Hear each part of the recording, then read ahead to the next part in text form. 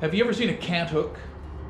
Now that's a funny name, isn't it? It's not C-A-N apostrophe T, it's C-A-N-T, which is a slab or a piece of a log that's in the process of being broken down into boards. Cant hooks are like PVs except smaller. They're more nimble, they're more agile, you can use them in close quarters. And my friend Matthew Brady, who ended up with my old sawmill, has been using a PV to turn the logs on the deck and to, turn the cants off and handle the wood up on the mill. And it's just the wrong tool. So I happen to have two, neither one of them in good shape. This one came from somewhere and the handle, as you can see, is done. It's kind of a fully encased working end. And this is the one that I used when I was sawmilling in my 20s and 30s. I don't remember how I made that handle or who made the handle for me, but I can see that I broke it off.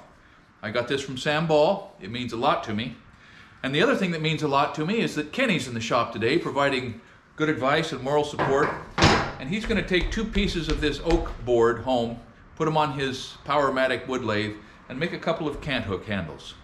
Man's got to have a handle on a tool when you've got to apply leverage. And so that is the project for today.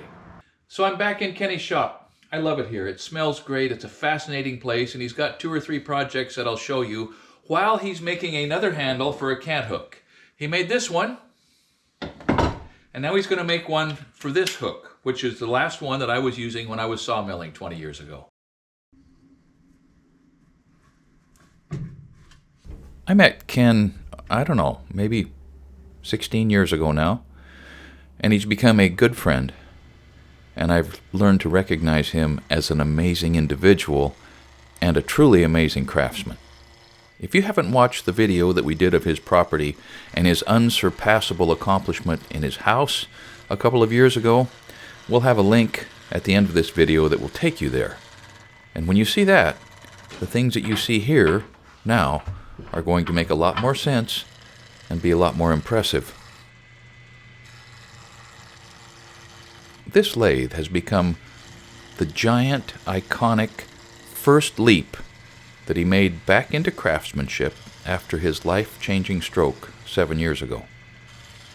I hauled this lathe over here from the auction where he bought it, and I moved it up into the shop, and then he dove in.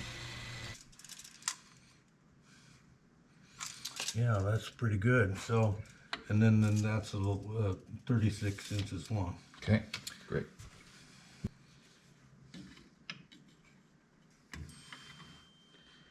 That's pretty nice. Not far off. Do you want this thing to have a step, here? I don't think so. This is not necessarily square or anything. I don't think so. I think that a lag bolt right through there keeps it well enough. Okay. Yep. Okay, so it's got to come down a little bit more.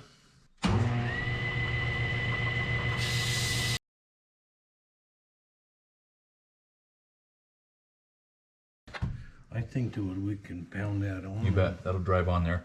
True up. Bam, bam. Yeah. Yeah, it'll twist on there good enough it won't want to come off. Actually, I'm going to take it out on your anvil while you're working on the other end. I'm going to true that up a little bit on the Fontanini, on the horn. Wow. 150 grit. And I can take it more than that. Nope, that's perfect. Yeah. But in the meantime, we've got to put some finish on it, right? Do we put the finish on right here? Yeah. Oh, yeah.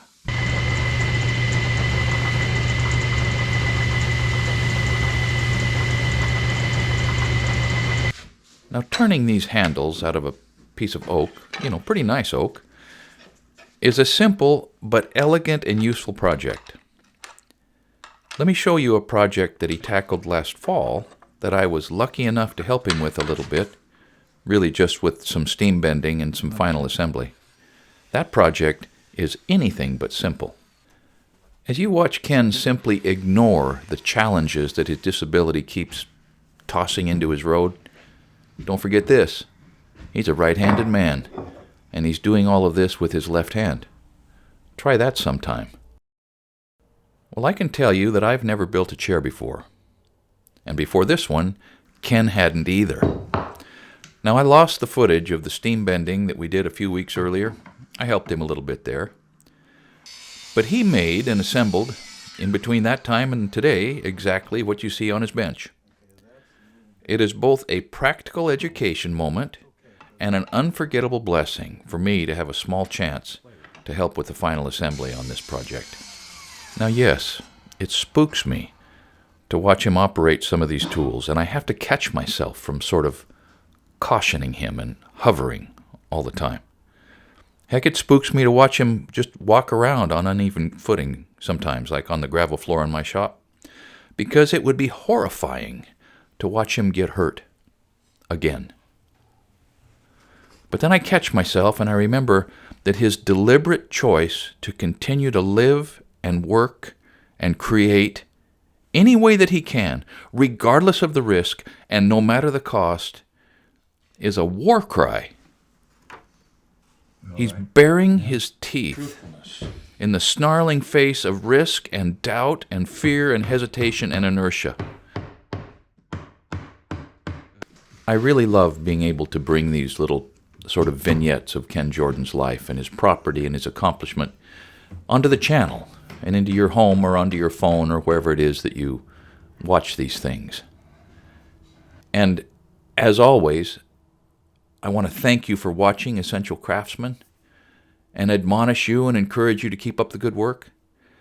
But I expect that moving forward, for however long this channel endures, that there will not be any better example of that idea of keeping up the good work than what you can see here in Ken Jordan's shop. So in the video that we made in this shop before, I mentioned that his stroke had rendered him nearly incapacitated, everybody thought. And then he got the lathe and he started making billy clubs and marlin spikes, much like the handle for the Cant Hook that he made today for me. And then he kept pushing back and enlarging the frontier, right? And now, so here's what he's recreating, he's making, I'll say recreating right here. You see that? Okay. That is what this is going to be. A blanket chest, mahogany or a mahogany look-alike. I'm not sure exactly what the species is, but... Sapelli. Sapelli? Sapelli. Sapelli. A tropical, less money than mahogany and most of the same characteristics. But I will just bet you, and maybe I'll get a chance to show you, that in a few weeks or months or sometime between now and summer, this blanket chest is going to emerge from this shop. And that, my friends, is a phenomenal accomplishment. So now that this is done, and nicely done, by the way, I'm ready to do two things. I'm ready to show you how a Cant Hook works, and I'm ready to take this one down to Matt Brady. He needs one. Like I said, he's been using a PV up on the deck of the old mill, and a PV is just too big. I mean, there's a reason that they make mini Burke bars, because sometimes bigger is better, and sometimes bigger is just bigger. So a Cant Hook is made to handle small logs and cants up on the deck of a mill in the manufacturing process, not out in the woods, not on the ground so much. A Cant Hook is a light, fast version of a wood wrench. See that? It'll get hold of a small to medium-sized log easily. It's not going to like bog you down, and you can move with it and not trip and not hit the guy next to you. But the reason it's called a Cant Hook and not a PV Junior is because it's ideal for turning cants, which are pieces of logs. See this? It will grab and flip a beam so easy, even big ones, even long ones. You can get a beam and turn it and spin it.